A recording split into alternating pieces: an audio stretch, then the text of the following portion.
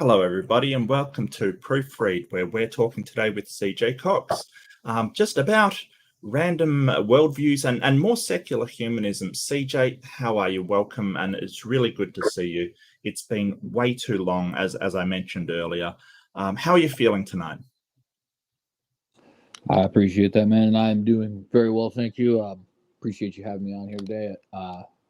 I've also been looking forward to these dialogues. I know had at the end of the last show we did on my channel, we were talking about doing a part two, and then just never actually did anything about it.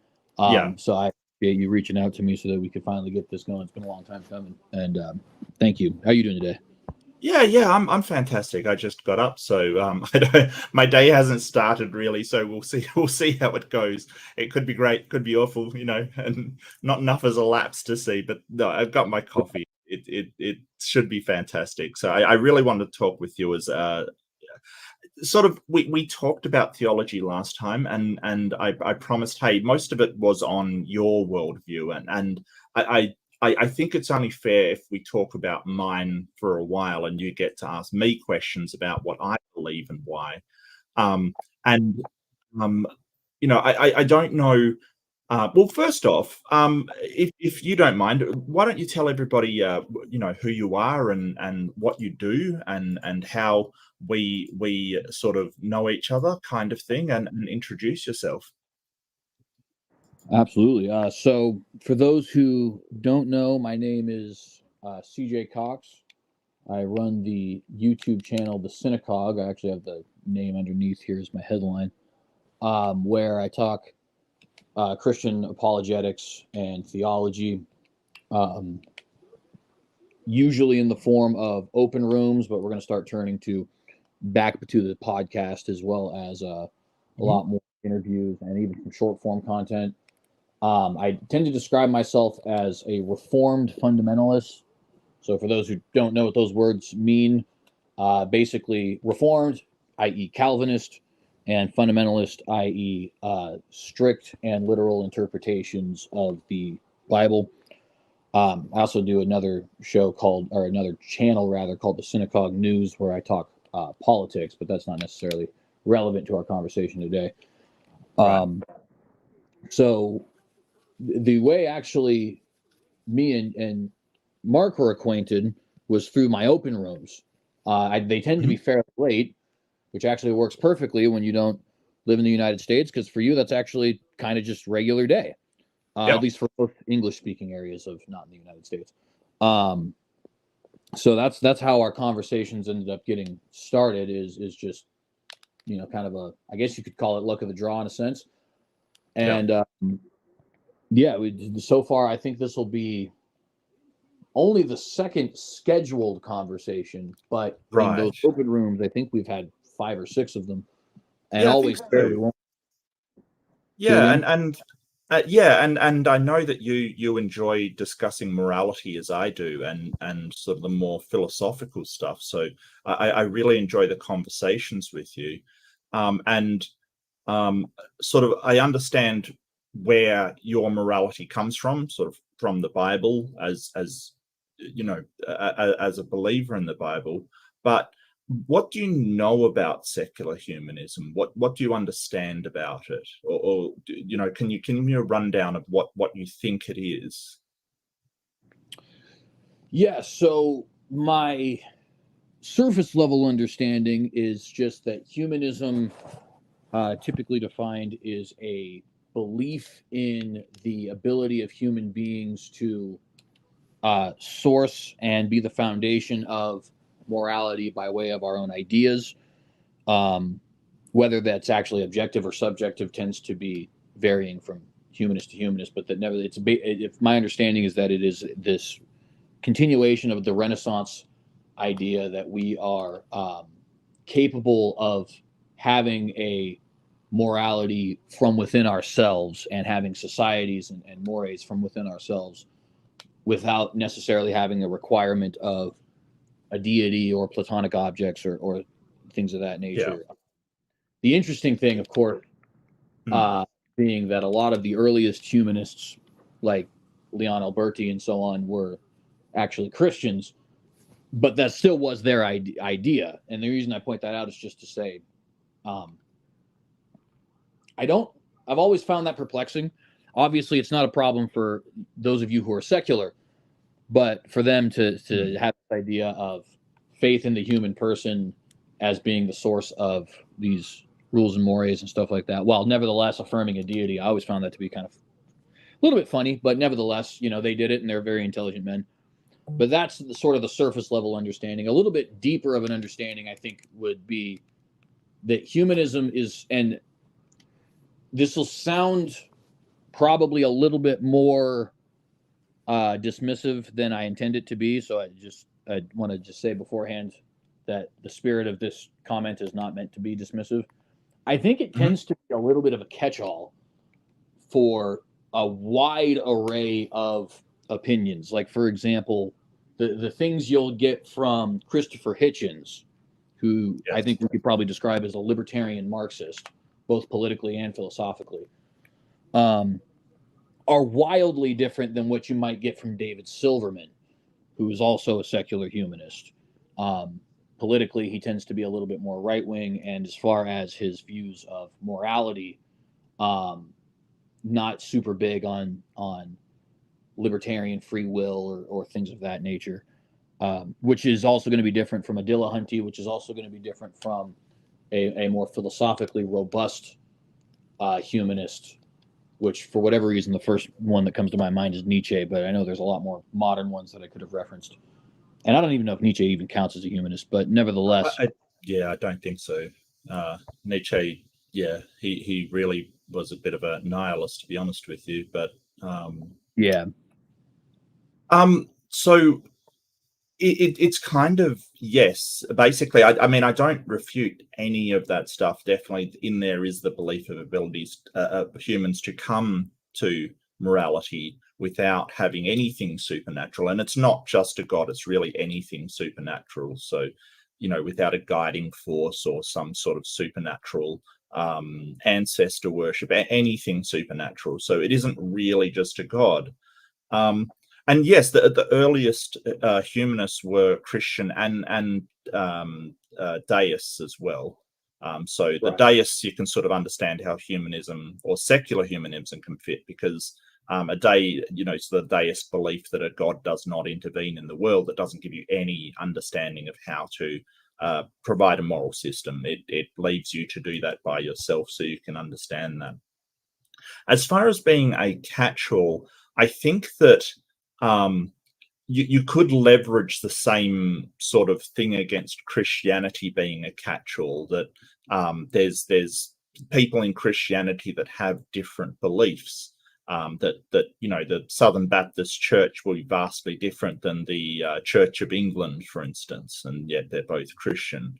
I think that is kind of true, that with any belief system, you're going to have people of vastly different ideas, while the underlying premise is still the same. So humanism is based upon basically, it's a utilitarian system based around human well-being and what we know about humans that lead to a good life, essentially. So we're really so would you agree that we can sort of at least come to an understanding between us of what makes a human physically healthy? Well, so physically healthy, using that terminology, I think the answer would be yes, because that's kind of a medical thing. In other words, you can scientifically demonstrate whether or not somebody is healthy. Sure. Where my pushback would initially be with that is I don't know that healthy is necessarily what each individual humanist might mean by good. So, for example, I've heard some who might use happy instead. And of course, happy and healthy may not necessarily be the same thing. In fact, very often they're not. So while I would agree with the statement as is, certainly, that we can agree on what it is that makes a human being physically healthy, as opposed to Yes. mentally healthy or emotionally healthy or something like that. Yeah.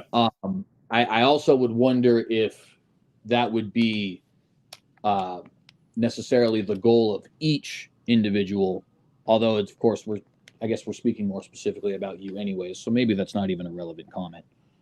Oh, that's fine.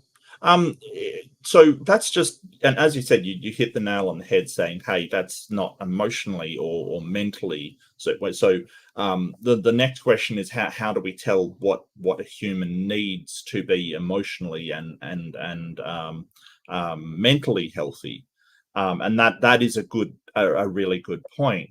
I guess first off, I'm sort of establishing that, hey, we can tell what makes a human physically healthy, sure, that so we can sort of say, hey, there's certain things that a human needs in order to be physically healthy. Like we need food, we need water, we need sleep, we need shelter. Things like this, we know that we can place down as well. If we want to be healthy, then we ought to do a certain bunch of things, and that's on the physical side. It gets a lot more complicated when it comes to the emotional side or the mental side, where you're basically saying, hey, what does a human need to be mentally healthy? I do acknowledge that some people have a more how would you say it, a more sort of pleasure orientated affirmation. Secular humanism doesn't really get into that at all. That's sort of utilitarianism. But what it does talk about is humans and societies flourishing.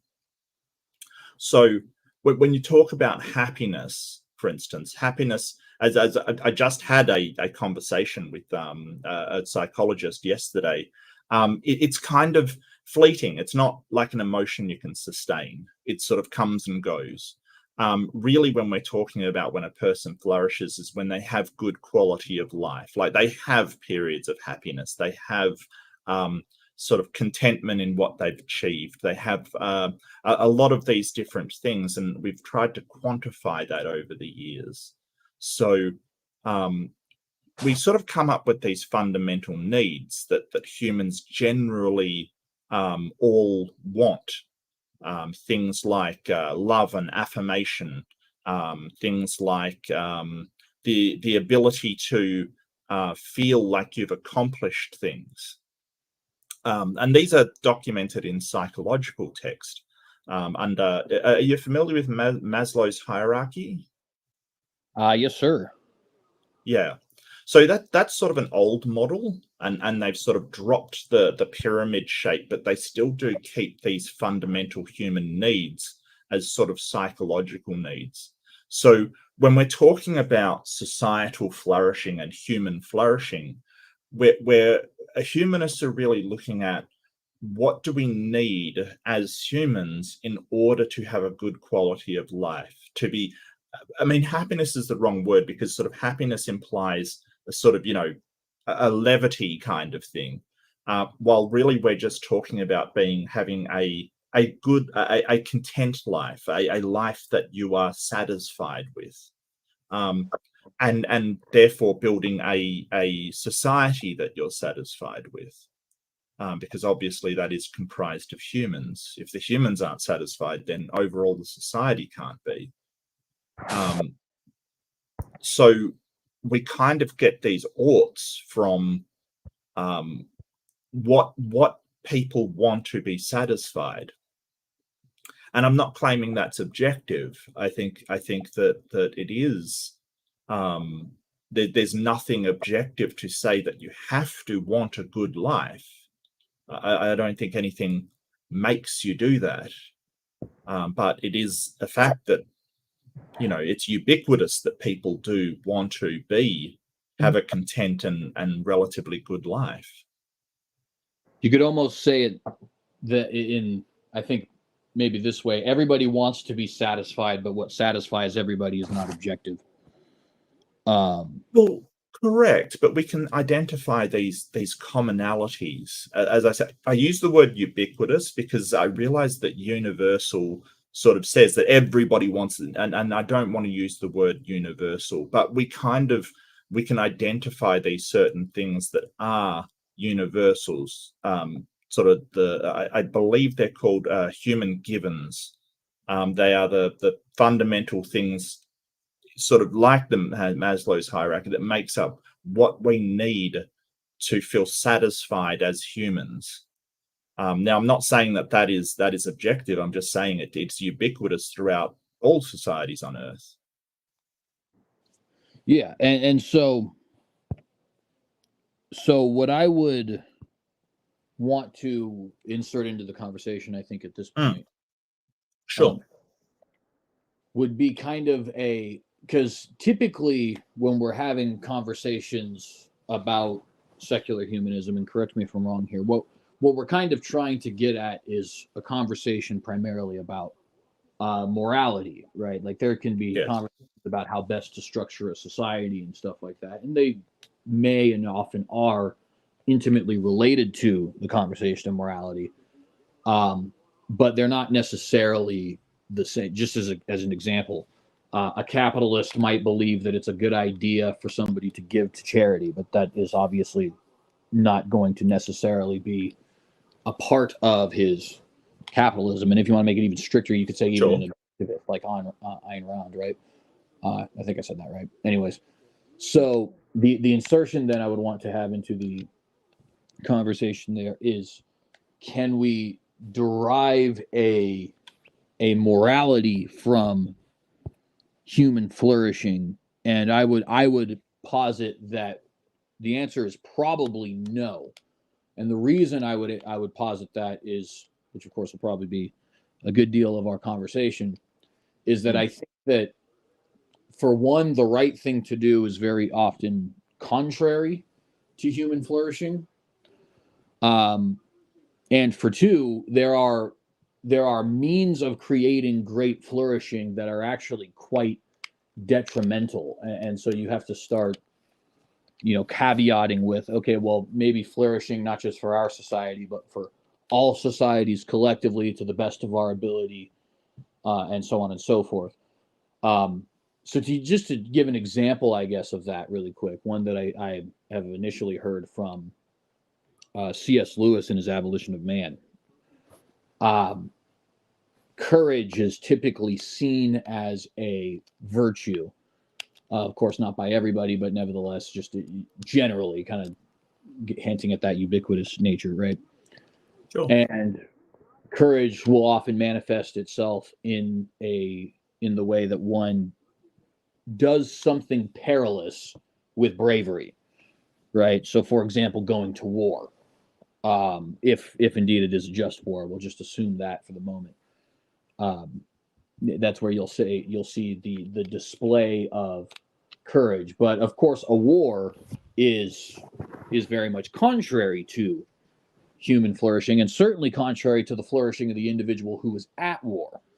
So you might say that this war is necessary for maybe the preservation of a certain ideal or ethnic group or something along those lines, but it's certainly not going to be necessary for the preservation of the soldier at a bare minimum, right? His flourishing takes a back seat to whatever the goal is, even if the goal is perfectly just, which of course sometimes it definitely is. So it seems to me that that's one of many examples where there is a rub between the flourishing, whether that be of the individual or of a large group, and that which is maybe considered to be just or good. And to, I guess, to put it with its finest point, I think you would be hard pressed to, without assuming certain transcendent truths, such as preserving posterity being a good thing and stuff like that. I think you would be hard pressed to convince somebody that their courage did anything for their personal flourishing. In fact, it could be very detrimental for their flourishing, and if they're head of household or something like that, the flourishing of their families, and even potentially for the flourishing of the entire society. Like, for example, if you have a hopeless conflict against an evil empire, one might say that the wisest thing to do from a flourishing perspective is just to give up. and maybe they won't be as rough with you, but nevertheless, that is giving up against a evil empire. And of course, people have made these pragmatic decisions throughout history. But I hope the point is made clearly in that it does seem like this is an area where both individual and societal, and you could even say familial flourishing, can very often be at odds with what we would typically consider to be good to do. Okay. Just quickly, Pinworm, thank you so much. $4 super sticker, which you can't see it, but it's a lady saying for you. So thank you so much, Pinworm. So yeah, we've got the basically the tug and pull between what you need to flourish and what society needs to flourish. So we kind of identified that there's certain things that are rights for you because humans need them to flourish. They are basic human needs, like your bodily autonomy, like your freedom and your sense of identity and things like that. But there is nothing saying that you cannot, and people often do, give up some of those rights or their own well-being in order to preserve the well-being of the society you're in. Now, you sort of said, oh, well, we've got to make it the same over multiple societies. So really, I'm talking about the global society. So humanism looks at humans as one society. We're all just part of the same, what's the word, the global village, if you've ever heard that term. That we're all part of this big society. So I'm not really talking individual countries at this point. But this sort of tug and pull between different ideas and different commitments to your morals exists in any moral system. The Christian has to decide whether they are going to submit to the secular authority or whether they're going to follow what the Bible says. And depending on the interpretation, and we've known that in the past, the Catholic Church has made egregious errors with what it has done.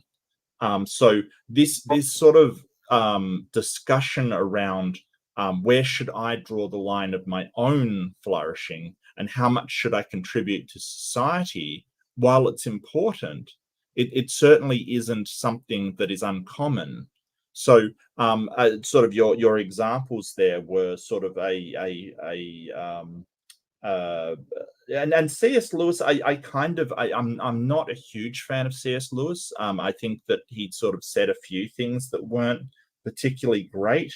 I noticed that a lot of theists do quote him, but I think that's more for his views on theism than anything else. But sort of a hopeless conflict against an evil empire. A lot of humanists would decide and would say that it is as you need to have your basic autonomy, your basic freedom, so bodily autonomy and your autonomy of identity and things like that, that is something that they would do. They would sacrifice their flourishing because it's not only concerned with the individual. I think that's where a lot of people go wrong with secular humanism. They think, oh, well, it's just you looking after yourself, and that's not true. It's impossible to have, like, if that evil empire is threatening to make your life miserable, basically, if it is sort of, you know, about to implement all kinds of laws that take away your fundamental human needs, then fighting that is something that may be something that is completely warranted and something you ought to do under humanism. A lot of humanists and even a lot of sort of liberals, they will be very accommodating up until a point. And that's why you get sort of certain phrases where they sort of say, you know, fuck around and find out, because they basically, they will limit a lot of behavior right up until those fundamental needs are threatened.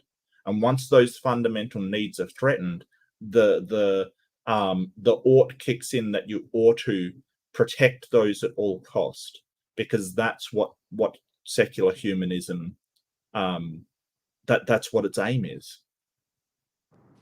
So, yeah, and there's a lot I think that is agreeable, and a lot I think I would have some pushback on. I think because the pushback is always more exciting, right? I think to offer I'm not someone, really concerned with what exciting. Sorry, CJ. I'm not like, I'm kind of lamenting this whole idea of, you know what, I'm just going to do what I'm going to do. Sorry, just go ahead. This whole idea of you have to do what's entertaining. I don't think so. I don't think well, so. and to be fair, I am that's only a joke. Yeah. Sorry. No, you're totally fine. I was just clarifying, just in case. But so, with the example of a hopeless fight against an evil empire, which is one of the ones I find to be most interesting to explore, really from either morality, but especially from a humanistic morality, or even any subjective morality for that matter, because of course they're not always related to humanism. But I digress. So when I say a hopeless fight, sort of locked into the assumption is this idea that you probably, or you might even say, are guaranteed to not really succeed in your endeavor, right? So, as an example that I think might be appealing to many in the audience, um, the Polish had fought bravely, valiantly against the Germans in 1939. Outside of the miracle Hail Mary snowball chance, whatever you'd like to say with your given analogy, there was just really no way they were going to win that fight. I mean, they had cavalry and knights, for crying out loud, right? Versus panzer tanks and the most well-oiled war machine in Europe, and history reflected that they fell within months.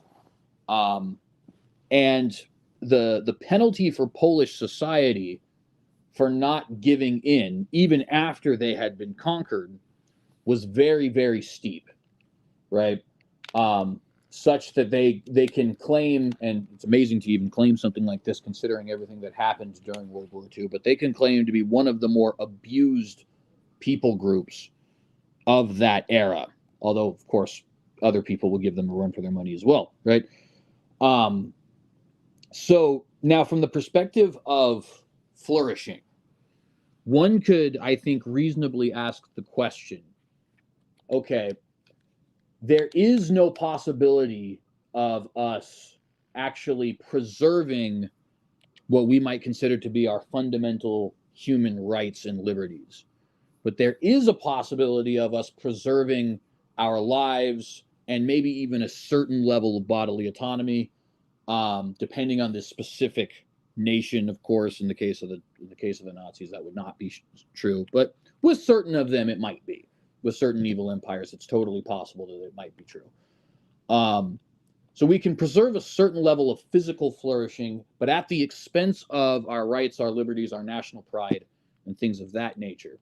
Or we could decide to fight knowing full well it's probably not going to work, and take the brunt of the penalty, not only in the form of combat, but also in the form of repercussions after the war is lost.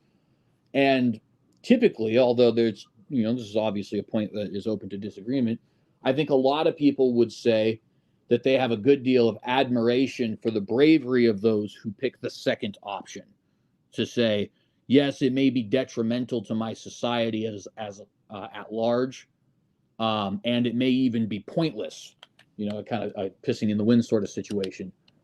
But I will not stand for whatever it is that you seek to do to me and my family. So if it's a choice between us losing all dignity as well as our lives, or a choice between having somewhat of a physical health, but at the expense of our rights and liberties and national pride and stuff like that, I will be willing to sacrifice my life for that, right? And the reason that I bring that up as an interesting example is because there really is no situation in which you have full human flourishing. But even worse than that, the situation with the most physical flourishing is actually the one where you're not courageous, where you're actually quite cowardly. And very many nations throughout history have experienced exactly that. Hey, I'm not going to fight that guy. He's big and scary, and I'd much rather pay him tribute than have to worry about the destruction of my society. And they made that choice, and for better or worse, very often works for them. But they aren't the ones we tend to remember as these great stallions of bravery and courage, right? We tend to remember the Spartans, though all 300 of them died. That's, of course, not the whole society, but I think you get the point I'm trying to make, right? So in such a scenario, it doesn't seem like we're really concerned about flourishing per se as much as we are with these more abstract ideals like nationhood and rights and courage and standing up for yourself and things like that. It's not so much as there's food in our bellies or do we have the ability to be content in our labors or other things of that nature, but it's these more like I said, abstract ideals which tend to have their grounding in a kind of traditional morality. And to me, I don't see how a system that is reliant upon flourishing can make a decision one way or the other. But even if it did, it would seem to me like the one that is more akin to physical flourishing is actually the choice that we would typically see as the wrong one. But even then, it's almost like, okay, you're not really having the how do I put this? The flourishing is not the robust kind of flourishing you may otherwise desire anyway. So even then you may see the choice as rather hamstrung. Anyways, I don't want to belittle the point with overloading with language, but Yeah, so first off, what we also remember is the Polish resistance, right? We also do remember that even after they were defeated, they fought on. And there's been a number of cases where, like for instance, England during World War II was a hopeless cause. England was not going to win that. Like there was no hope for England in that situation, and they fought on. There is sometimes it is more than the individual that counts. And humanism promotes species-wide thinking. What do we need for humanity to flourish? All of humans. So when you talk about an evil empire, it may in fact be worth a incredible amount of lives in order for that not to be the death knell of humanity.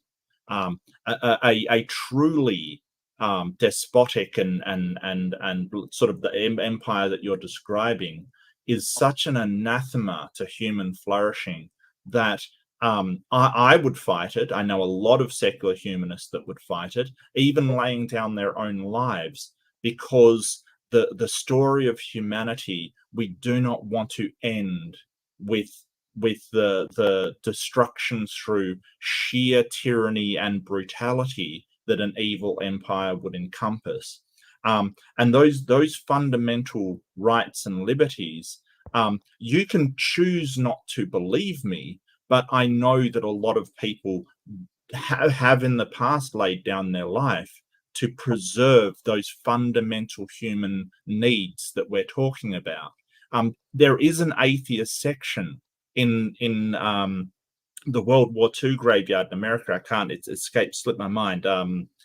Anyway, there is an atheist section in there for a reason.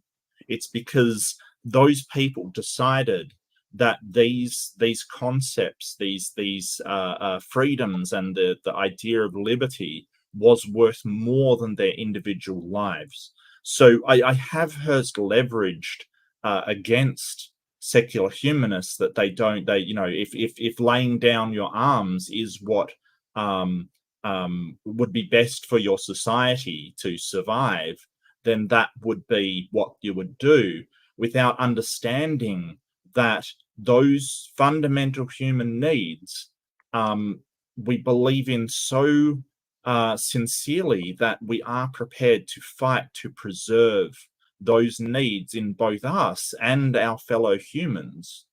So I think that you're underestimating just how important those are to us, that they may be more important than my life. They may be more important than thousands of lives. They may be more important than millions of lives.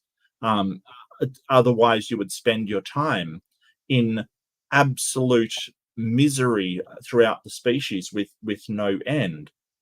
And so this idea of food in our bellies and content, I think it's sort of, if you'll forgive me, I think it's very superficial view to what a secular humanist actually believes. And I think that traditional morality that you're talking about, which I think, and correct me if I'm wrong, I think you mean sort of religious morality.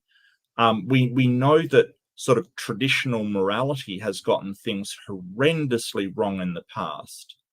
Things like slavery and things like colonization and things like sort of the some of the things that we've based some of these wars on. And the wars themselves, we never know when they're hopeless.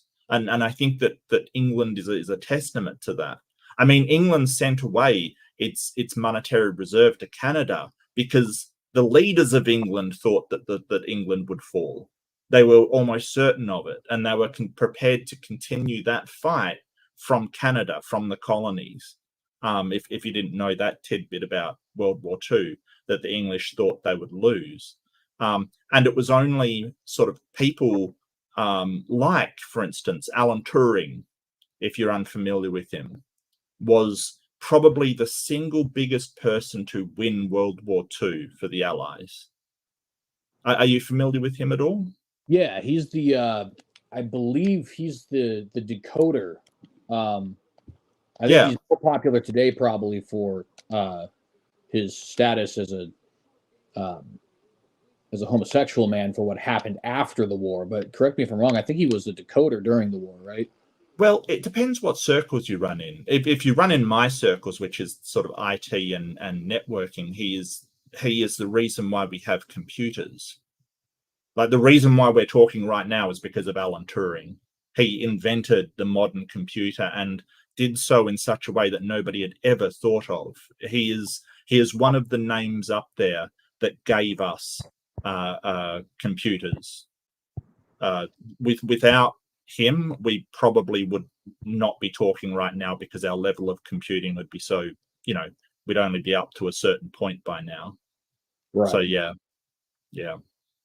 And so to be clear, I actually don't disagree with you as far as when you say I think a lot of secular humanists would be willing to sacrifice their lives for things like this. I not only do I agree with that, but I actually am counting on it, right? Because when I'm making an argument like this, part of what I'm assuming in making the argument is that likely you will have the same moral values in regards to human dignity and liberty and so on that I would. Yes, sure. But where my issue comes in, though, and then what the argument is meant to expose, whether or not it does a good job, of course, is why we're here, is that I don't know if it can necessarily be justified from that position. Now, that's not to say that you can't believe that. I would much prefer to live in a society where people believe the right things for the wrong reasons than people believe the wrong things for the right reasons, or even some variation of that.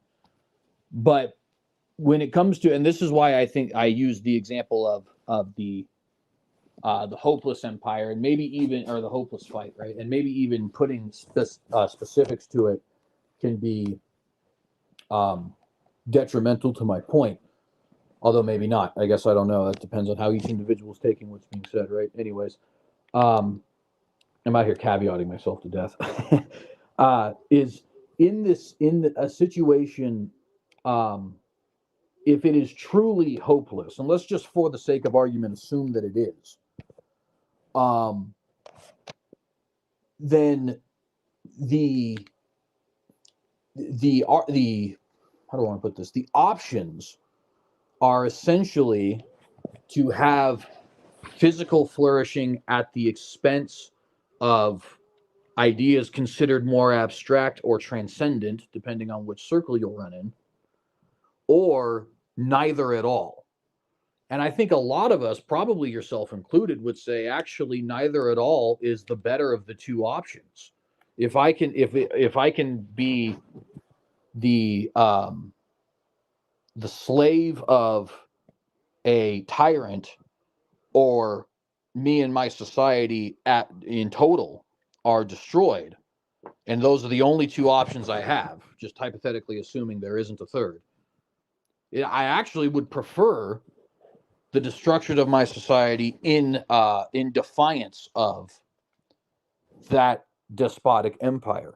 And I would completely agree with that if that's something that you would end up saying. I would just simply point out that it's contrary to this idea of flourishing, because what you're essentially saying is the abstract ideals of liberty and nationhood and all these kinds of things actually outweigh whether or not I would be a I or my family or my society at large, or even the world, assuming it's hopeless and therefore you would have no impact, are actually going to have are going to create a situation with more flourishing. And you could actually do an alternate history sort of thing, right? Hypothetically, had the Germans won and the Polish resistance was thoroughly crushed, the one thing you potentially have to not, quote unquote, look forward to, and I say quote unquote because of course you'll be dead, is that 150 years down the line, people will look at your loss and say, you know what, actually, those men were the kind of men I would like to emulate. And that's not actually a far-flung example. I don't know the history of um, Australia's war with the indigenous, but I do know the history of my own country. And, that's what the survivors, as well as those of us who are not Native American, have to look back on is, wow, Geronimo's bravery, But it's not like he actually accomplished anything. In fact, if anything, one could argue he made the situation worse by fighting. I would argue that was a just and honorable thing to quote unquote make the situation worse, because it was that or the willing servitude of your people. But that's really the only thing he accomplished is his name in the history books. You know what I So mean? do you think that the French resistance, do you think they should have fought on and died rather than lay low and then take actions afterwards? Well, in their case, it is a different way of going about resistance, so I wouldn't take any issue with that. Those in Vichy France who capitulated, I would have a problem with. But those who were perhaps a little bit more deceptive about the way they fought, I think that's more just intelligent battle strategy than anything else. Ultimately, they were still resisting. Yes. And men like Charles de Yeah. Gaulle are a testament to that. Yeah, so this is why I think it's sort of the whole idea of, well, you can't, the only moral action to take is fighting to the death against this evil empire is, I think it isn't a great example, because we have examples of people that didn't fight, like Schindler, for instance, who pretended to be on board with the Nazis and yet saved so many Jewish people. People that have used deception and sort of given in for all intents and purposes, yet still in their own way resisted. We remember them too. So I think this idea of, well, it's either you surrender and sort of give up, or you fight to the death, isn't really reflective of reality. Well, even in that situation, I would argue that they are part of the second category. And to use an example Sure. of that, when they were exposed, which did very often happen. I don't know how often it happened in France. They tended to be, I mean, Charles de Gaulle, of course, was not secret about it at all, but he was also in England. So it didn't really Yeah. impact him a whole Well, lot. enough. They were discovered enough to be killed. Sure. Yeah. But like, so as an example with the Ukrainians, which I'm a little bit more aware of just from a historical perspective. Um, when the secret fighters were eventually exposed, the result was the annihilation of entire villages sometimes. And in fact, there's some pretty brutal stories of what the SS was capable of. Not that that shocks anybody at all. Well, yeah. Um, as far as their combat against Polish and Ukrainian rebels on the Eastern Front.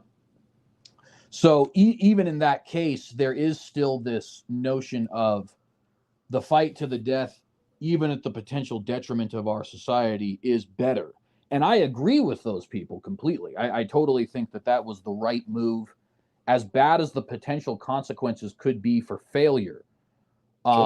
Ultimately, things like the dignity of the person and nationhood, I think, do outweigh the potential to live a shall we say, physically fulfilling life, which you could argue, depending on which specific empire. In the case of the Nazis, it's a little bit poor example, only because that wasn't possible for them either. They're almost cartoonishly evil.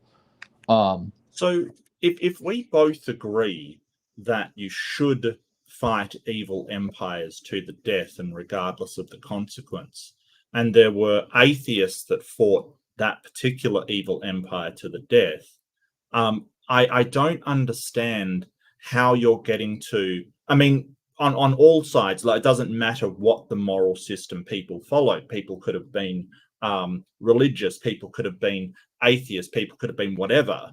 That they still made different choices in that, right? So you're sort of talking about past events. Oh, some people fought, some people didn't.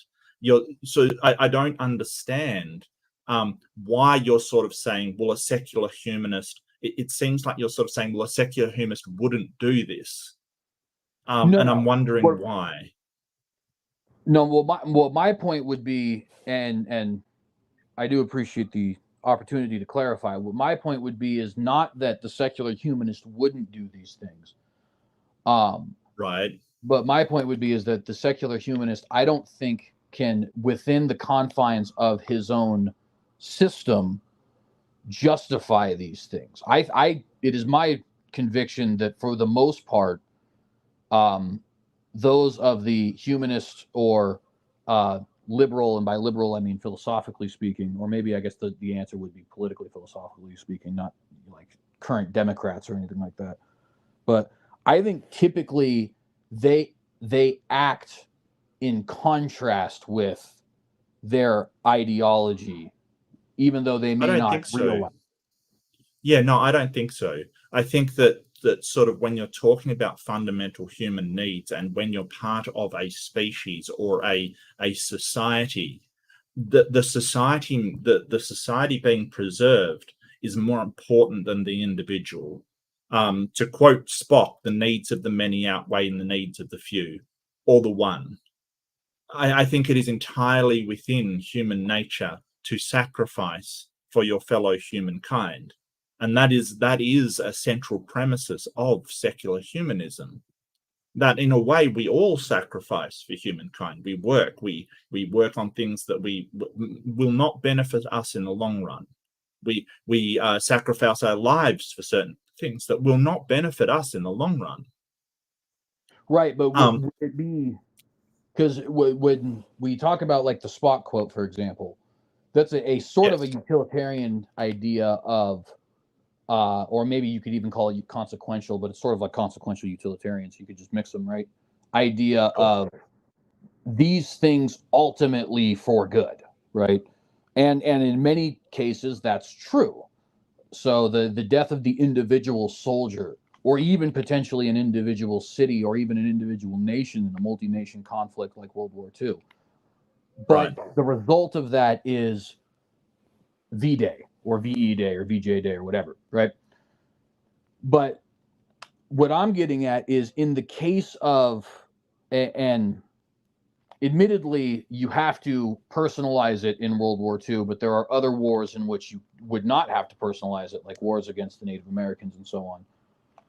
In a situation where the benefit for the society does not actually happen, and maybe even before you have your ultimate destruction, it will never actually happen, which I think is very often the case. The famous last stand kind of idea, right? Is it still at that point right for a people to have open defiance against the tyrant, knowing full well that there is no benefit other than their open defiance in the face of tyranny.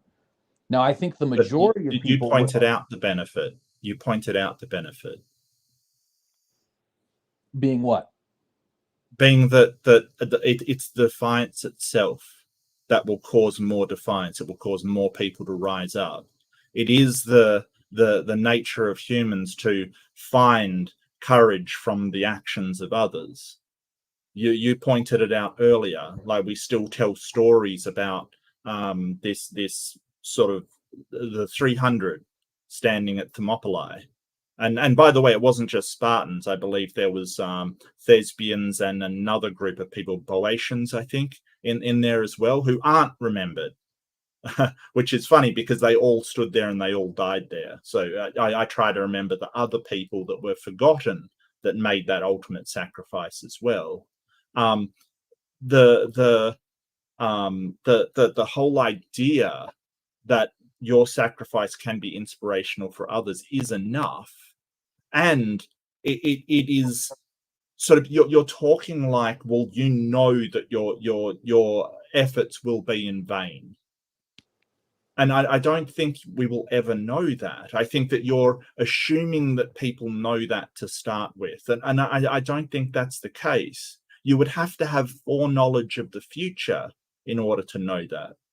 But if we can sacrifice ourselves to say, hey, a person down the line is going to rise up and challenge this horrible idea, then that's enough.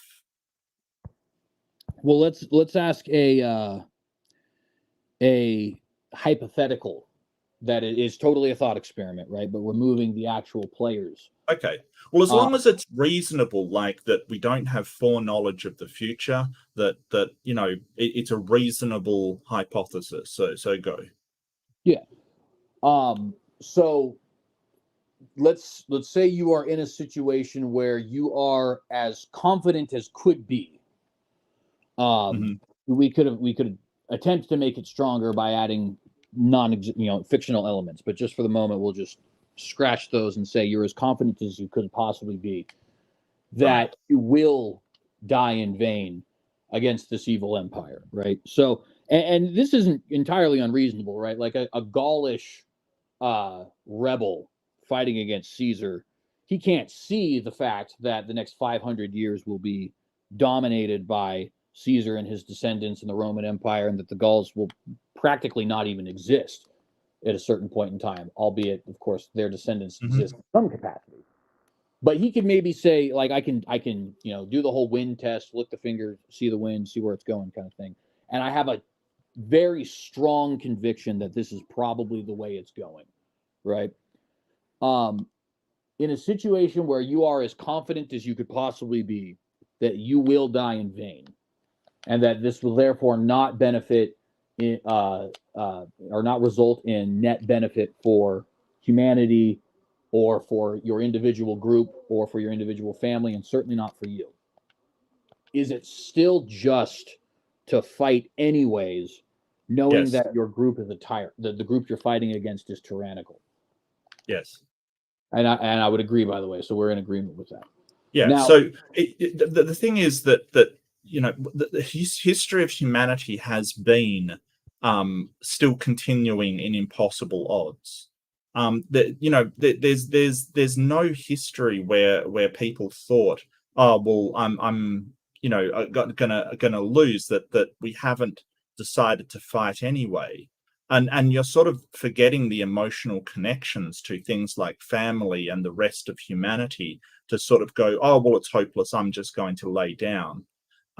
We are a social creature, so we do care what happens to our family and our friends and all of the people that are left behind. And I firmly believe that it is within me and within humanism to say that I will fight to the death for people's right for these fundamental human givens. I don't see a problem with that. And so it seems to me that just as a person that doesn't adhere to humanism, you're leveraging something on humanism which just isn't true. It's kind of like the no atheists in foxholes kind of sentiment, it seems to me, because you're sort of saying, hey, I don't see a reason why humanists would fight to the death to preserve a flourishing society of content humans, as opposed to a tyrannical dictatorship which causes death and destruction.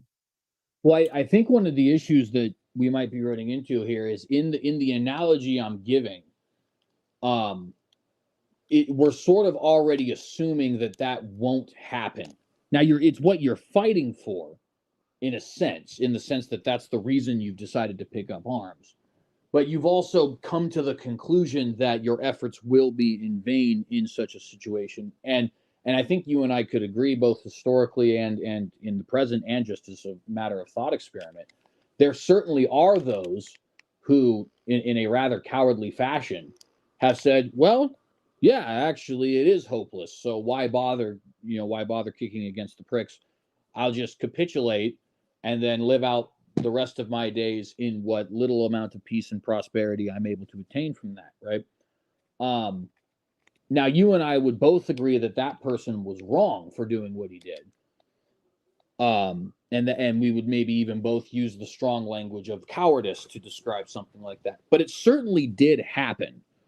And there are certainly also situations in the reverse where, even though all odds were stacked against them, they fought on anyway, and it turned out to be all for naught, with the exception of the display of their resistance, right?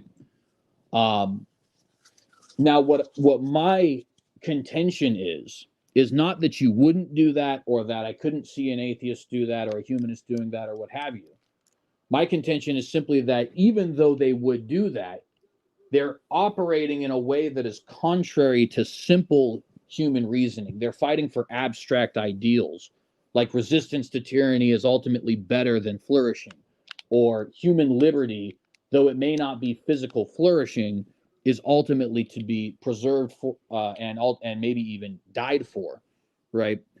Well, hold on a second. Hold on. So I think I don't like this, because you're sort of saying that well-being is an abstract ideal. Do you think well-being is just an abstract? Well, certainly in some situations it is. If you're talking about the physical well-being, then no. We know, Yes. we know what it means to be fed. We know what it means to be healthy. We know what it means to all that things, right? But in many other ways, I think you could certainly say it's abstract. I mean, rights, for example, are, I think, as abstract as you can get. And that even goes for somebody like me who believes that they are objectively true. They're still in the abstract, though. Like, there's no physical thing called the freedom of speech, right? So that's or nationhood, or you could even argue things like bodily autonomy in a sense is a abstract ideal, right? That doesn't make it a negative thing by any means, or even something that is not objective. Again, I as a objectivist would say that all of these things are ultimately grounded in an objective reality. But they are certainly what we as thinkers would refer to as abstract ideals.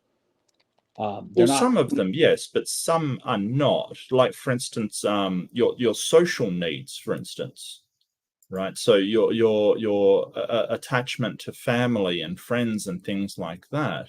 I'm not sure I would say that they are abstract in its entirety. It may be that sort of we talk about a friendship, say, as an abstract, but that's a real person, right? Well, yeah, and I could even grant you that you can measure the impact of a friendship in tangible terms, right? Like, Correct. Yes. I can look at people who have no friends in comparison to people who do have friends, and see the well-being of each in a scientific capacity, right? But don't you think we can measure the same for things like your sense of identity, your self-actualization, your safety and security? All of those are based upon emotions, but we can get a good idea of what they are. I think to an extent you certainly could. I don't know if it's as robust of an extent as you might be thinking, though. Well, no, I mean, I never said it was that robust. I think you mean sort of well defined. Yes, it's not that well defined, but we can certainly sort of point to somebody on the street missing these critical human needs and say, hey, part of their unhealthy lifestyle is the missing of these needs.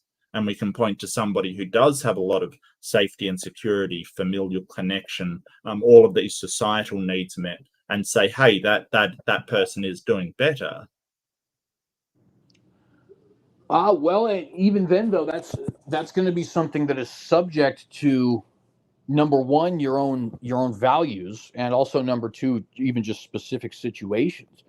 I mean, not only would it not be hard to conceive of a thought experiment, it wouldn't be hard to conceive of a historical example where the freer society was actually much worse off than the more tyrannized society. In fact, you could just think of one right now. The Saudis, despite being in a brutal theocracy, certainly have much more physical and financial flourishing than, say, the Syrians of the last 20 years, despite the fact that one of them technically has a democracy and a set of human liberties, right? Well, I Now, think there's more to that. If I mean, you're talking Syria, a place that's been in war for, like, I don't understand why that would be even vaguely analogous. well, even Um, before the war, right? well, Even sure, before, but there was a whole load of, like, Syrians didn't have the oil that the Saudis did to provide their people with such a grandiose sort of lifestyle. There's a whole load of other things behind that that you're completely ignoring. And no humanist is saying everybody should have absolute freedom or, the ability to do whatever they want. Just things like sort of autonomy and identity doesn't mean unlimited amounts. Nobody's saying that. well, I think that is one potential reason you could say. I would argue that certain societies, and it's unfortunate, and I don't think this is good. It is better if these societies were to change in such a way that this would not be true. But there are certain societies where sectarian division, or ethnic division, or political division, or what have you, certain traditional morals that are steeped and have not yet gone by the wayside, that they are so detrimental to things like flourishing that actually the more tyrannical society is better at that point in time. But I think there's no clearer example of this than Iraq. Iraq, by Well, many standards. careful there. You're getting into moral relativism there, CJ.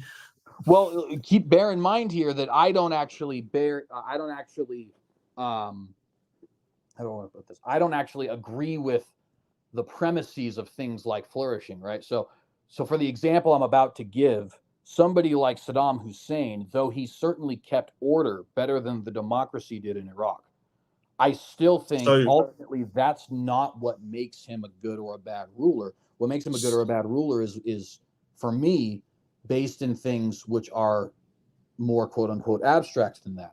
But from a simple perspective of mere flourishing, the yeah. ruler and government which gave less dignity actually had the more, at least from a on paper, actually had a Well, more successful society to such an well, extent. I think you're really sort of getting into so what you're doing is you're sort of saying, hey, that a democratic government to come after Saddam was destabilized, and there's a lot of other reasons for that. I think you're sort of applying a very simplistic sort of, well, the one with more freedom was more destabilized. Yes, but the Americans had been through there and killed millions of people and created a power vacuum for ISIS. Like the amount of external things to be happening there is incredible.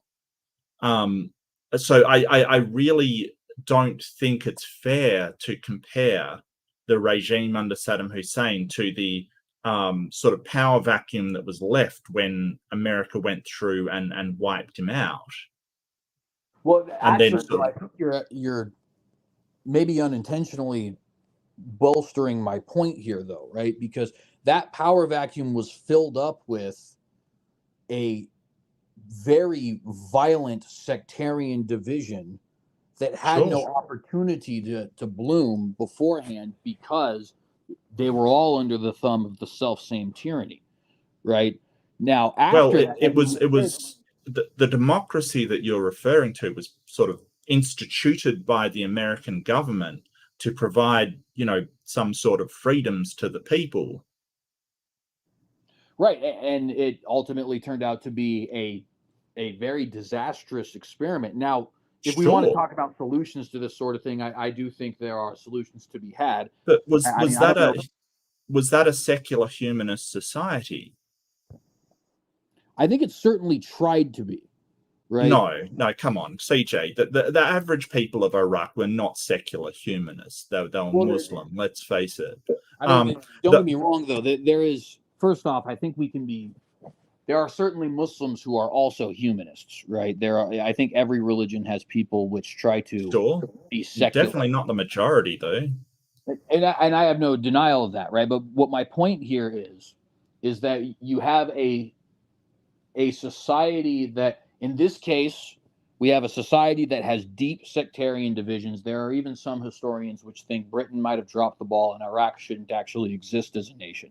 It should be smaller nations, like Kurdistan, for example. Whether or not you believe that or not, the Sure. point is to say it's agreed that this society has deeply divided, right? Okay. Now, the society was unable to have those divisions manifest in a violent way because everybody was under the thumb of a very vicious dictator who was concerned with his own kind of ego cult, for lack of a better term, in the form of Saddam Hussein, right? When that was removed, Yes. the sectarian divisions boiled up to the top, such that not just ISIS, you had Kurdish communists, Kurdish nationalists, Assyrian fighters, Aramaic fighters who are part of the Assyrian group but nevertheless have a different ethnic identity, secular Iraqi government, and so on and so forth, right? And everything became kind of a disaster. Now, again, I want to be clear. I don't Oh, actually. yeah. That's what That, happens when you destabilize a government. Yeah, that happens all over the world when you destabilize a government. right, but when you destabilize, the point that I'm making here, though, is that from the perspective of flourishing, the tyrant Yes. did better than the one that actually provided people with a certain level of autonomy. Now, that in my eyes, you got to remember, in my eyes, I don't think that necessarily matters, because in the case of Saddam Hussein, regardless of if he or any other dictator for that matter, So you regardless of think Saddam Hussein was moral? person, right? So Sorry, do say you again. think Saddam Hussein was moral? No, certainly not. That's the Well, point I'm making then right now, right? what's Where the it's like, problem? Sort of, if you don't think you're sort of trying to argue that it was better, that we ought to have Saddam Hussein in there in order to govern the country, a yeah, vicious so dictator who, I might add, gassed his own people. yeah, in fact, 2 million Kurds at one point in time as well, which is Right. more I vicious. don't think we ought to have had him, but I don't think we ought to have gone in and removed him at the cost of millions of Iraqi people either. I think we ought to have given the people had their choice in who they wanted to rule them. Right. So, and this is where I have to be clear here. I'm speaking of an internal critique, right? In my worldview An internal critique of what? of the humanistic concept of flourishing being better and of abstract morals like uh, So, uh, do you think that that country would have flourished better with a benevolent leader who represented everybody rather than an American placed democracy, a vicious tyrant, or a vicious, ISIS led horrible thing?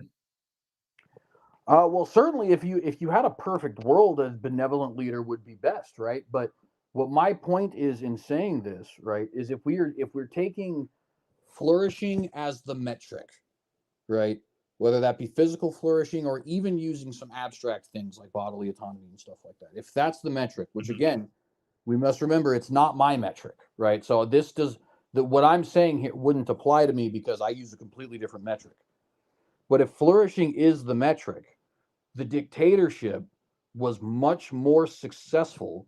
And if that means, if better flourishing means better morality, by this system, it would be much more moral than the republic Yeah, was. but CJ, you've got to listen to what I say, because I don't feel like you're actually hearing what I say.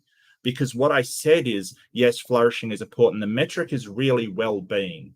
And while the society was kept coherent and stabilized by Saddam Hussein, I could not say in all honesty that they were doing well under Saddam Hussein, who gassed his own people. And also, when we talk about these fundamental needs of humans, as I said earlier, they can't be violated in secular humanism, right? Not unless someone's violating your own. So with the evil empire willing to destroy you, then you can defend your fundamental rights. But you don't get to destroy somebody else's fundamental right because it helps society flourish. So one of those rights is bodily autonomy and sort of a level of autonomy, decision making, and identity, which you can say that Saddam Hussein decimated that of his people. He kept them under brutal crackdowns, just non-judicial killings all the time. And again, he literally used biochemical weapons on his own people. So you don't get to appeal to, well, the society all flourish at the cost of the individual members. You don't get to do that, because that's not what secular humanism promotes. It just doesn't. I'm sorry. But isn't that what you were just saying earlier in the case of warfare, is that it in fact does promote that? That the individual No, detriment could. because people are defending their own fundamental rights. So I guess I don't think that's a clear distinction though, because if we're saying that the detriment of individuals, if it means greater flourishing for the society, or even you can use the term well-being for society, in Yes. some cases but not in others, then I don't understand, I guess, where we would have the, like, that. It seems now it's not a legitimate or concrete reasoning anymore, right? Because Well, it never is with morality. It's one of the most complex subjects you're ever going to talk about. And some Christians and some people of Islam would say, like you said, they're humanists. They have different views than other people in it. I'm not pretending like it's all just one view. What I'm telling you is my view. Um, that it is not something you can do to violate these rights, and that may be worth somebody laying down their life for. That it might be worth laying down your life for a society, sure, but that doesn't mean that you just allow people to violate your rights because that gives a more stable society.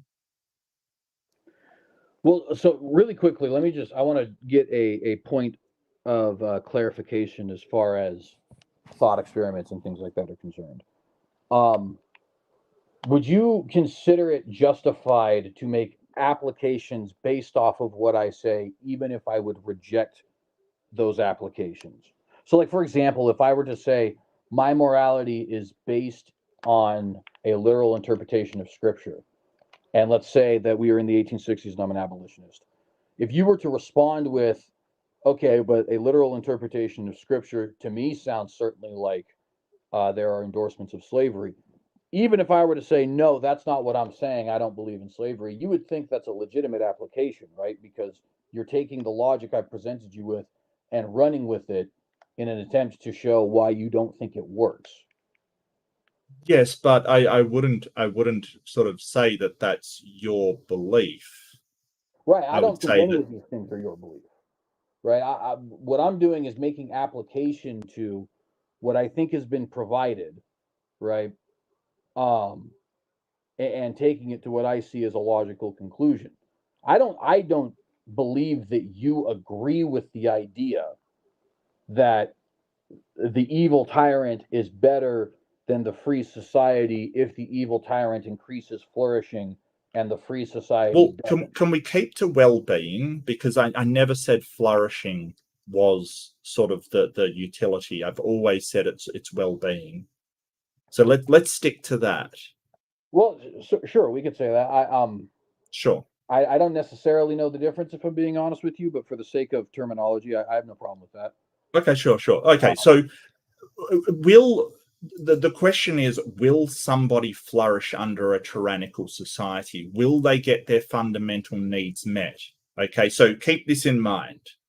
Okay, so think about this. Will the individual, just the average person on the street, get their needs met by a tyrant? So what are we talking about? We're talking food, water,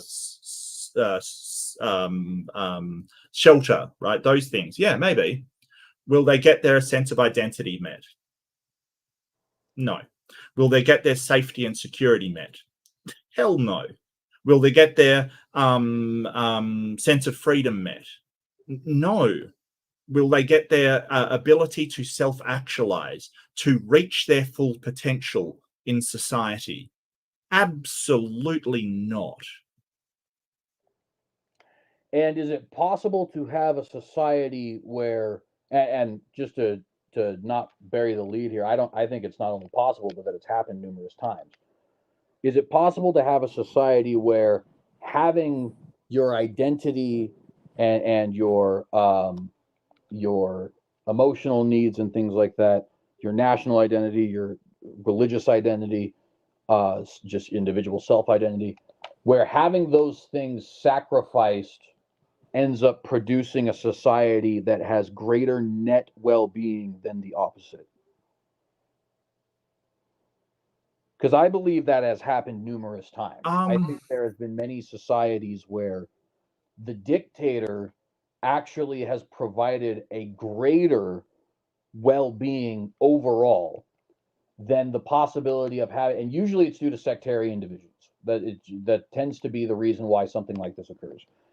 Um, where the dictator, the tyrant, though he is vicious and cruel, actually creates a greater net well-being than when each individual or even a greater number of individuals have their more abstract ideals fulfilled, because there's such a division within the society that those abstract ideals inevitably lead to violent conflict. I think Iraq's a good example of that. I think that there are numerous other examples, like Afghanistan tends to be a good example of that as well. They're very tribally divided, where ultimately, if the metric, and again, my metric is not, but if the metric is a greater net well-being, then the evil guys are a lot better at maintaining order and therefore creating thriving well-being than the good guys are. yeah, and I don't see that as well-being. I think that the people are stable, but I don't think they're well. I think they ought to search for a region, and you're sort of giving it to, oh, what's the greater evil kind of thing. A dictator that keeps the region stable and stops everyone from being killed, or um a absolute anarchy. And I think that, yeah, a dictator that keeps the region from falling apart is better, but I'm not saying that that's a good thing. I'm saying it's the lesser of two evils, as you probably would as well. Would you rather a sort of a dictator hold the region together and less people die and there's not just fighting and war, or would you rather there to be war? Well, it is a difficult question. From my perspective, I don't necessarily, uh, how do I want to put this? I don't necessarily think that warfare is always a bad thing if it means that, I mean, back to the previous example I gave about courage. I Well, would, hold on. No. I want to use my example here. So just say there are sectarian nations that are going to absolutely slaughter each other and all the civilians around them, regardless of what they believe. Imagine the tribal fighting in Africa, for instance. Would you rather the wholesale slaughter and murder of all these people, including innocent civilians, or a dictator to keep the region stable? Which would you prefer? Well, I wasn't, just so you know, I wasn't jumping to a new topic. I was simply getting a point of reference. I'm not on a new topic. It's exactly the same topic. It's the No, I question know. you asked. My point, though, is not that I'm not trying to go back to the previous example in the sense of changing the topic. What I'm saying is, as I said earlier, I think it is better for a group to, at least, from a moral perspective, I mean, I think it is better for a group to willingly sacrifice itself than to be under the confines of a dictatorship, even though that dictatorship may provide more pragmatic well-being. So, like, for example, when the Kurds fight, does it end? Well, hold on. Let's examine that. So you think it's moral for there to be a dictator to stop the horrendous violence that occurs? No, from my view, I think it is better for the individual societies to fight than it is for them to accept the greater well-being. So you would rather innocent people be slaughtered wholesale than the alternative of a dictator controlling the country and maybe is ousted later?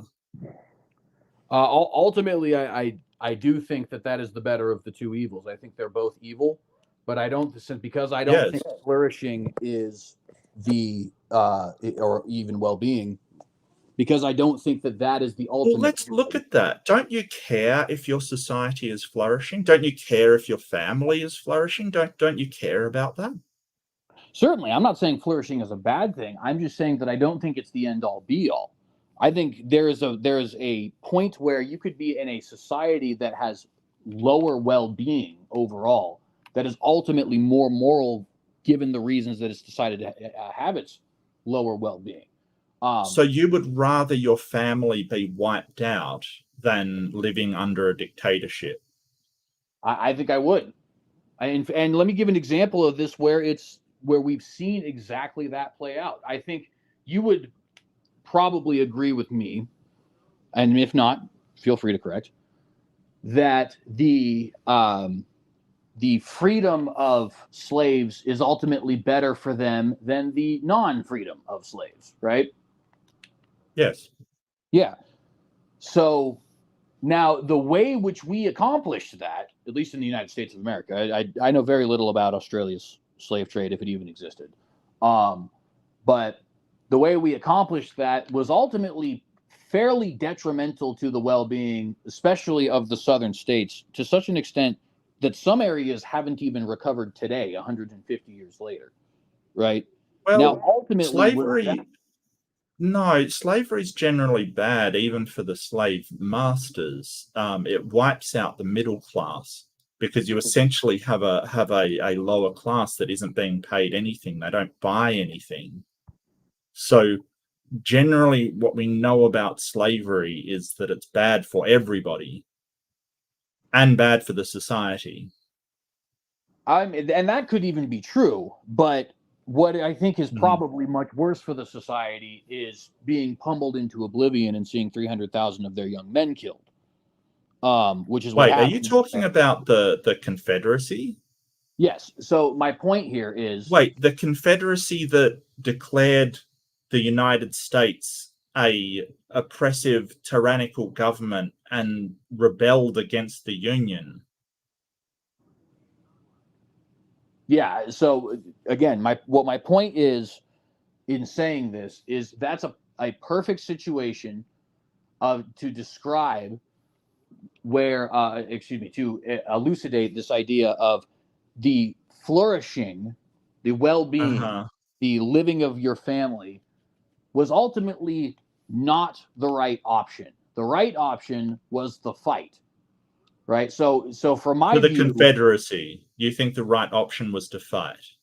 No, I'm speaking about for those who wanted to abolish slavery. Oh, okay, gotcha. I thought you were talking about the other side. I'm like, yeah, they didn't have to do that.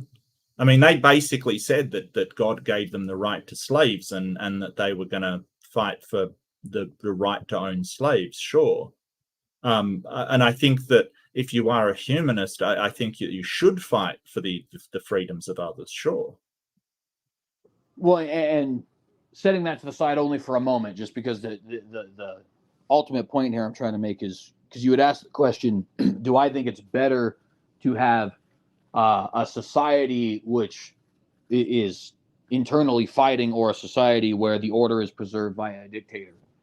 And my point there was saying that when we have this example of the Civil War, and there's countless examples throughout history of a similar thing, what we see is actually the death and destruction, as vile as that is, from a certain perspective, if you're more interested in the abstracts than you are in the well-being, that was actually the better option, even though it meant the complete and total destruction of the southern states and a complete abolition of race relations, which were already terrible to begin with. Well, I don't think the southern states were destroyed by that. I think they surrendered, and yes, there was a lot of damage done, but I don't think it's coloring it in the same way that sort of the South was going around. That it fell into violence where civilians were being killed wholesale, like the African example. I don't think that's a thing. I think that sort of helping the slaves and liberating the slaves was a worthwhile goal for the abolitionists. I don't see why that would be a problem. But it's not like we're talking about, well, if the people don't fight the dictator, they're going to be killed wholesale. I don't think that's the same thing. Well, if you mean the same thing as in 100% identical, I guess I would agree. But I would say it's the same thing as far as it's the decision that order and stability and well-being take a back seat to these things that we typically consider as abstract, like human dignity and nationality. Well, no, the South wasn't destroyed. Race relations, sort of saying, oh well, it harmed race relations with the alternative being enslaved. I think I would say, then screw the race relations. The people have a right to their freedom, regardless of what that does to race relations. I think that's one of the weirdest things I've ever heard. I think you're misunderstanding me. I agree with that. My point, though, is that's exactly what I'm saying. Is that these things like flourishing, well-being, order, stability, ultimately, those things were not actually the moral option. This is why I referred to it as an because we're not just looking at for us, right? We're looking at it like, again, I have to say this again. We're looking at ourselves as a species, as for all humans, including black humans, and their well-being is important too. You're sort of looking at it, well, is it well-being for my society? Is it well-being for me personally? And that is not what secular humanism is about. It's saying, hey, the well-being of those people is worth fighting for, even at detriment to myself. The well-being of the species is worth fighting for, even at the detriment to myself and to my societal structure that's localized to me. At the end of the day, we know at the moment that we're on a very small hunk of Earth that's hurtling through the galaxy at incredible speeds. We have got to come together as one species and work for the well-being of all. That's it. Like, you're trying to make these divisions which sort of say, hey, why sacrifice yourself for the well-being of somebody else? Because that's what secular humanism is about. That's what we do. Yeah, I think I don't think that what am I trying to say here? I don't think that the issue that I'm trying to elucidate here is necessarily the same as the one which you might think I'm trying to elucidate, because I'm not talking about even individuals. I'm talking about in a net sense. Yes. There are, in fact, just as an example, there's a guy on YouTube here named MJ Jackson. Whether or not you agree with him or not, of course, is a different question. But he would be associated with like the kind of like the Black Lives Matter kind of groups from a religious perspective, but nevertheless, that's sort of his ideology. And, Okay. and he would tell you that things actually got. Now, he's not.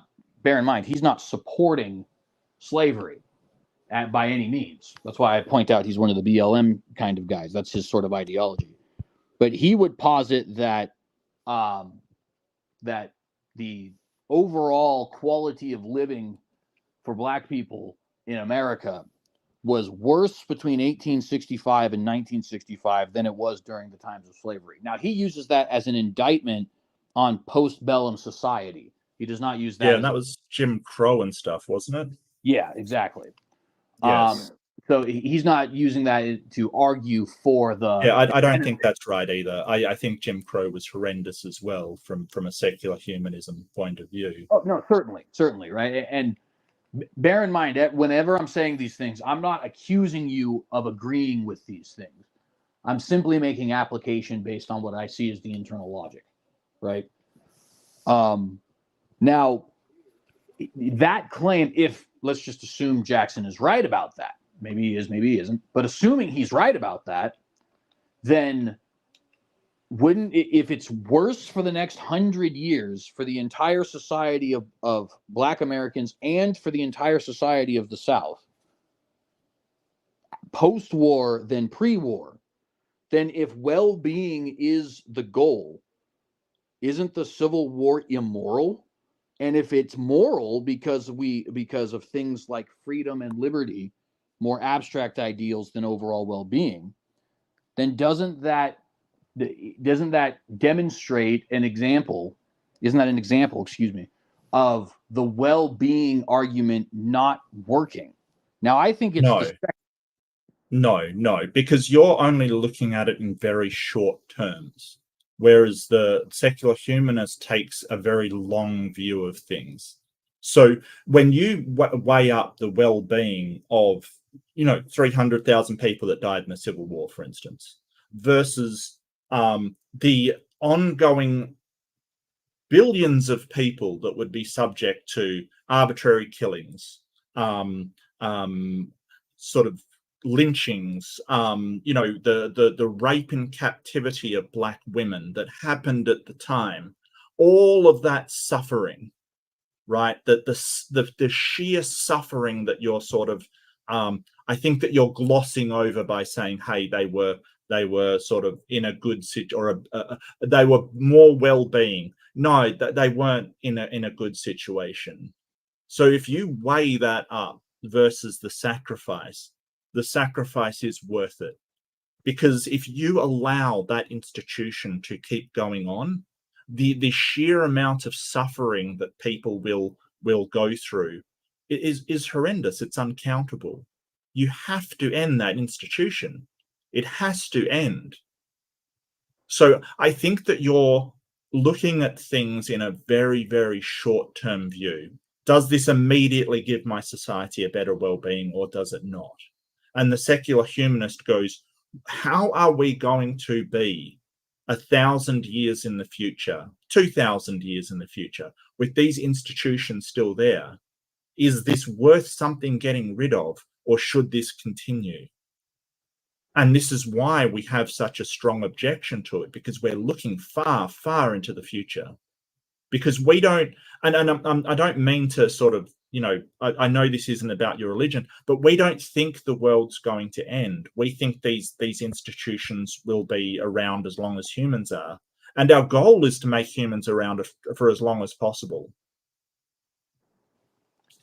Well, I certainly wouldn't disagree with that element. And, in so much as if we're saying that, well, centuries and centuries down the line, it might get better, I guess in a way, it's a little bit of an unfalsifiable argument, only because we don't necessarily know. and really can't know. In fact, really, I mean, we today are not even 100% certain of the consequences of events that happened 1,000 years ago, right? So and that's not to say you're necessarily Well, wrong. Just to say there's not much that I could say for or against that thought, but I would say a century of, and again, you might disagree with some of the leaders of the modern African, well, I guess it's African American, not African, but nevertheless, community. I actually kind of would agree more with the person who does disagree with them. But the point is, if we could just grant their argument for the sake of argument, if it is true that the next 100 years was worse from a well-being perspective than the previous 100 years because of this event which took place, and well-being is the ultimate goal, then it seems reasonable to suggest that that event was a negative thing. And if we're not going to say that that was a negative thing, which I don't believe that it is, then the counter argument to that is then well-being is not the ultimate goal. The goal is what philosophers tend to refer to as things which are more abstract. Dignity is dignity regardless of if you're fed. Dignity is dignity regardless of if you're content, right? well, I've already talked about fundamental human needs. I've already talked about that.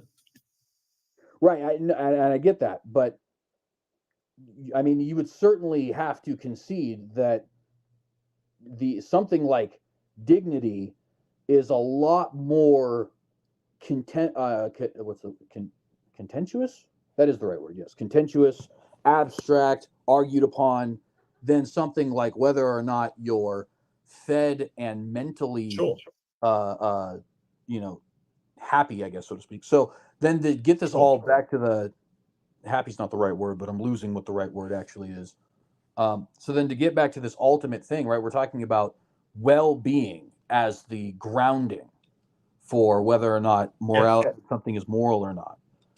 Yes. Well, if the abstracts must suffer so that physical well-being can be increased, if that's a bad thing and only potentially a good thing 1,000 years down the road, which we may never know, and even can't be known by the historians 1,000 years ago. I never said that.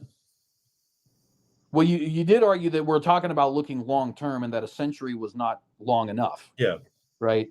Well, let's so just to say, because I want to make it clear what happened in the Civil War as well. That they outlawed slaves, or they made slaves illegal, and the Confederacy wouldn't give up their right to slaves. But I sort of want to challenge you with what would happen if the Confederacy were secular humanists.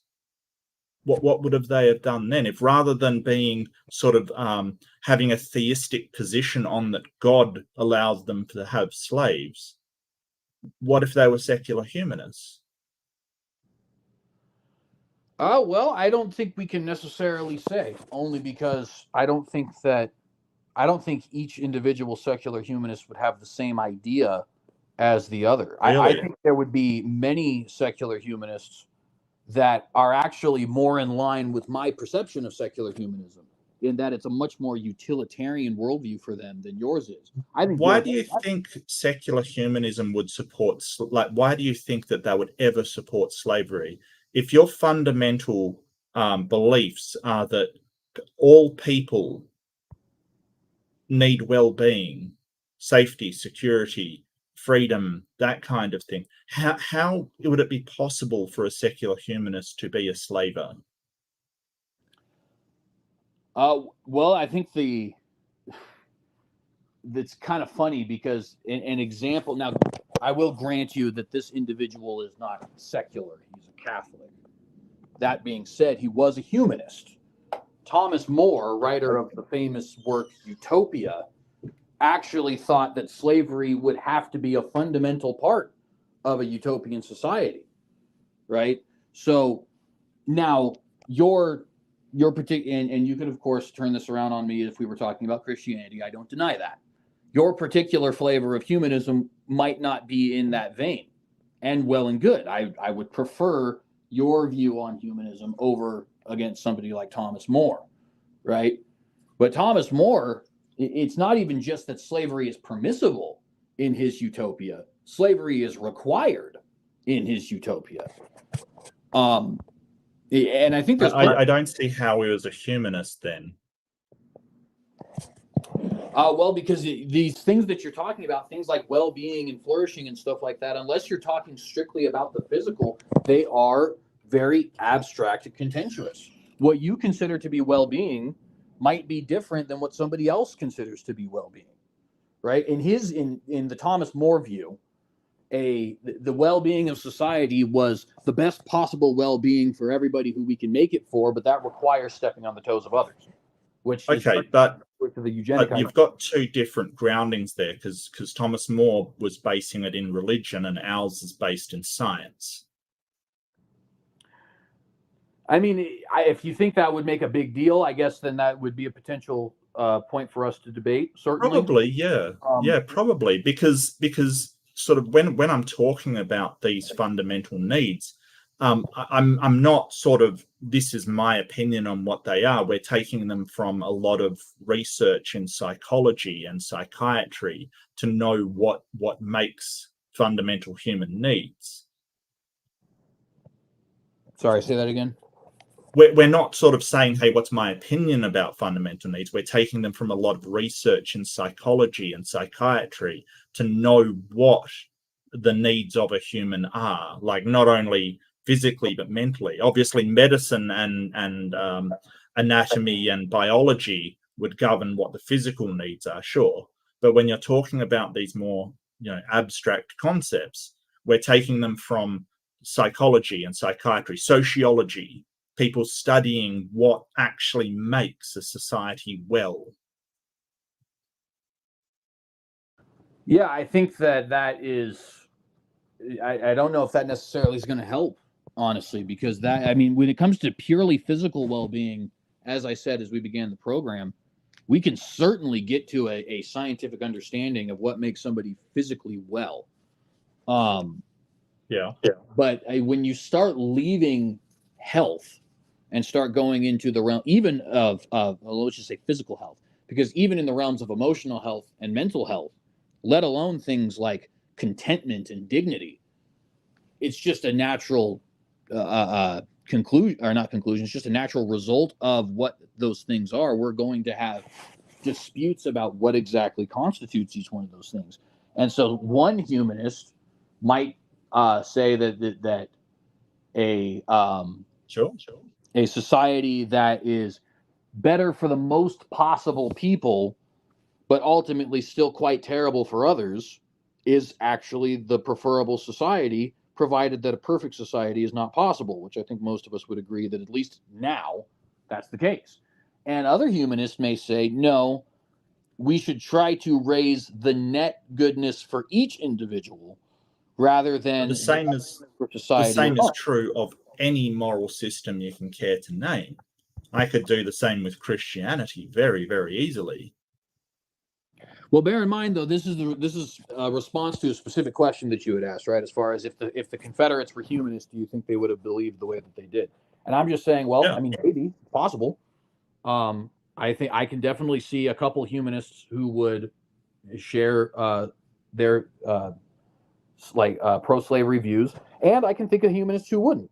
So it would very much. I mean, I can sort of say that the modern secular humanist organizations certainly wouldn't. Like the manifesto would definitely, sort of,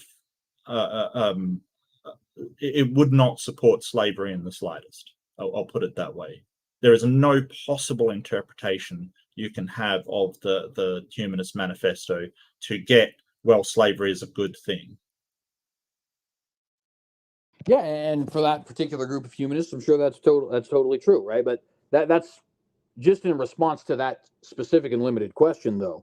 I think that's sort of the problem with just a blanket question like that, as far as like, would this have happened if humanism was the case? Like, well, maybe, maybe not. It just very genuinely depends on the person who's in charge and what their specifics of the ideology is. And to be fair, that would be true if you had, if I had asked you the same question. Like, if we were talking about Soviet Russia and I said, well, would Joseph Stalin, if he wasn't an atheist, still have murdered all those people? You could reasonably say, well, Probably, yeah. Depends. Like, right? Yeah. Some Christians certainly wouldn't. Some Christians certainly would. Well, that's true. So, yeah. But I don't think any modern secular humanist would sort of say that. That's the thing. So the whole idea about it is that it does change with what our understanding of well-being is. It's not a set in stone thing. That's it. As we learn from the mistakes that humanity has made, it updates. It gets better. So with the chattel slavery in the South, we can now say that that's horrendously bad for humanity. It's an awful thing for humanity. And I completely disagree with Thomas More, as I think every single secular humanist today would, that having slaves is bad for the slaves, the slave owners, the society in general, and just all of humanity. So I think that sort of taking I'm not sure from what time Thomas More was about, that he might have thought that it is required, late 1700s to early 1800s, that our understanding of things has changed since then, and it'll probably change again. That's the thing. Well, let me give you a much more modern example then.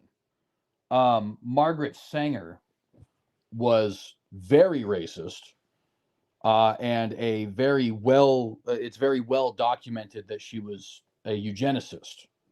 Right now, leaving aside the question of her involvement in Planned Parenthood for a moment, because that's obviously a contentious topic that would devolve into speaking about that.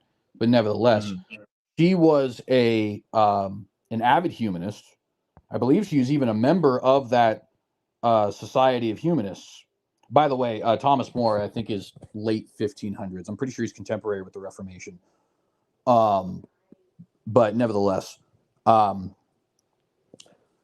and Sanger, so that's somebody who's a eugenicist, somebody who's deeply racist, and somebody who, regardless of what your own views on Planned Parenthood are, she certainly, and there are numerous records to her saying as much, thought it would be very beneficial if the group of people which was most aborted was Black people. Now, obviously, that has nothing to do with the subject. Her reasoning was that Black people, it was because they, like, poor, was her reasoning, not Black people. Well, I'd certainly take issue with that, but nevertheless, let's just say that's true. Let's just say that's actually accurate for the sake of argument. Margaret Sanger is a humanist, right? Cenk Uygur is a humanist who denies the Armenian genocide, and there's been various things said about the views of Ted Turner, who's a member of the Humanist Society today, and so on and so forth, right? So, and my only point in bringing those up is just simply to say, in response to that question of would this still occur if it was run by humanists? But very possibly, and also very possibly not. It's too broad of a category for us to say. Did Margaret Sanger support slavery? Oh yeah, certainly. I think some of them would. I don't think there's any real. I don't think so. She actually worked very closely with the Black community.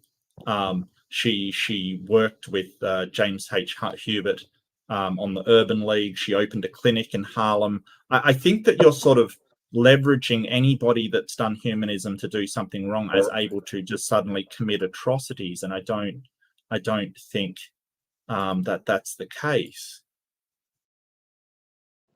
No, my only point there is saying this isn't even an indictment on humanism. I'm just simply saying, to the question, there are many people who would call themselves humanists, describe themselves as humanists, who even part of these humanist societies, who nevertheless probably would support things like slavery or racism or eugenics or what have you. Well, she may have been racist, but a lot of people back then were. That's the thing.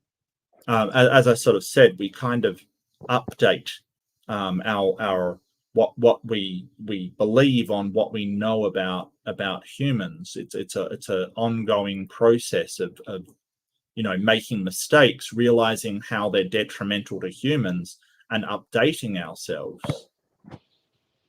Do you have any modern people who, I mean, I can point out modern people who are Christian that still support slavery. I mean, the Ku Klux Klan is a religious organization. Can you point out any secular humanist who still supports slavery? Off the top of my head, no, but if I did some digging, I'm sure I might be able to find one.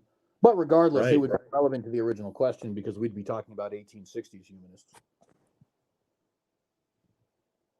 I'm sorry? The original question was about the Confederacy, so it wouldn't necessarily be relevant anyways because we'd be talking about humanists from the 1860s. Well, you were talking about Thomas More. You were talking about humanists from earlier than that, the late 1700s, early 1800s. Right, but what I'm saying is because now you're saying, okay, but what about right now? Could you find me any humanist right this very moment who would support slavery? And I'm saying, well, if you want me to restrict it to that, not off the top of my head, but if you want me to restrict it to that, then I don't think that the question would necessarily matter anyways, because we're talking about a group in the 1860s. Now, if we don't want to restrict it to that, then my use of Margaret Sanger, what, the Ku Klux would Klan? apply again. It still exists. David Duke's the head of it. It still exists. No, I know. I think you're misunderstanding what I'm saying, my friend. Yeah, I'm not sure. If the question is, would humanists have done what the Confederacy did? I think the answer is very plainly yes. Some of them would, and some of them wouldn't. And here's some examples of people who probably would have. If the question is then changed to, okay, but would modern humanists have done Oh, that? I see what you're saying. Yeah. But I mean, you're only looking at the secular humanist movement starting, I believe, in the 1950s. It's such a new thing. Like, it is so new. This is the thing. Like, when you're talking about humanism in general, oh, David Duke's not the current head. Sorry, Big Bad Mummer, I thought he was. You're probably right. But if you're talking about sort of, would a humanist do this? It's not. They're not a secular humanist. Secular humanism only started very recently. I mean, I can look up when it started, but I know it's definitely into the 1940s or so. Oh, well, in the case of Thomas More, I think that would certainly be right, if for no other reason than Thomas More was a Catholic.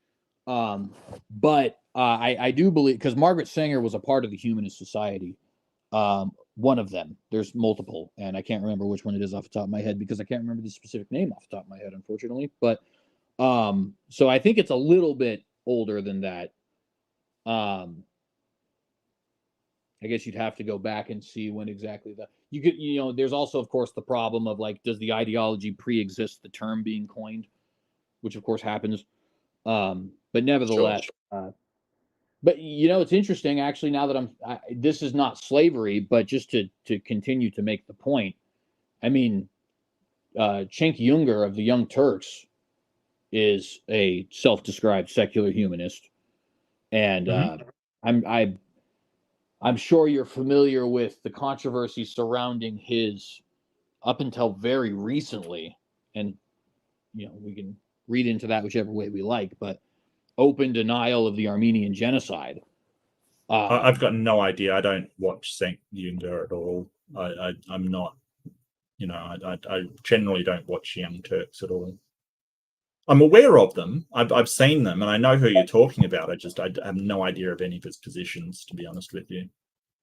Well, and either way, the only point is simply to say, and I think it might have diverted a little bit from the discussion, but I don't think we can make a blanket statement any individual particular group would have done X or Y given the situation, because in pretty much every group, and I would concede this for my own group as well, just to be clear, in pretty much every group, it's a mixed bag. I mean, John Brown was Sure. deeply religious, but so was Stonewall Jackson, right? And they're on completely different sides of the Civil War. At the same time, Margaret Sanger Right. pretty racist, and at the flip side, Theodore Roosevelt's not. And they're both, I mean, Roosevelt's a Christian, but they're both self-described humanists. Well, I don't know if Roosevelt was self-described. He's certainly described by modern historians that way, but I don't know. Oh, well, I think that's a good position to wrap up, actually, because it's been 2 hours. I lose track of the time. I was going to do an hour and a half, and it's been 2 hours. But I guess sort of as a last thing, and I'll give you the final word. That's not a problem. But I sort of want to sort of say that secular humanism, it does have a foundation, and we can definitely get oughts out of it, and I think that it does have a propensity for some of the more noble behaviors of humanity, not only for sacrifice but also of fighting for your fellow humans. And I think it has that intrinsic ideal at its core that perhaps its foundation is a scientific evaluation of the well-being of humans, yes. And I do want to say that it does rely a lot on sort of certain fields like psychology and psychiatry and medicine and biology and all that kind of thing. But I think it is a valid moral system that we can use. Anyway, I'll give you the last word, CJ. So go for it, mate. If you want to give me your thoughts on the matter and anything that you want to sort of comment on about what you've heard. So I will end with just as a reiteration of my position. I do think that well-being or human flourishing, which I tend to take interchangeable, but if you don't, then certainly, that is something to be considered. I don't think it suffices as a legitimate foundation for a moral society. I think it's far too ambiguous, and also does not provide us with the justifications for certain moral oughts and ought nots. That being said, for anybody who's catching up with this now, we have 2 hours of conversation where I detail why I think that and where Mark challenges me. And I think in the future, both in me challenging him and he challenging me, we should have much more conversations doing the same. So stay tuned. And by the way, I appreciate the opportunity. Yeah, thanks, CJ. I appreciate it as well. And thank you so much for coming on. I do realize this was really short notice. I want to get more of these conversations happening and sort of, I do want to have a place for reasonable conversations, not just sort of, people screaming at one another. So I really do appreciate you coming on and being such a respectful and let's say classy person on here. So I really want to thank you a lot. Before I forget, I'm gonna do my banner because I've got an obligation to do my banner. Thank you everybody for your support, and thank you for listening. It's been really great. As I always say, please do be kind to yourself, be kind to each other, and I will see you in the next one. So stay tuned. We will have more of these conversations, and discuss how we want to what we ought to do, what we ought not to do, and why we should. So much love to everybody, and thank you so much.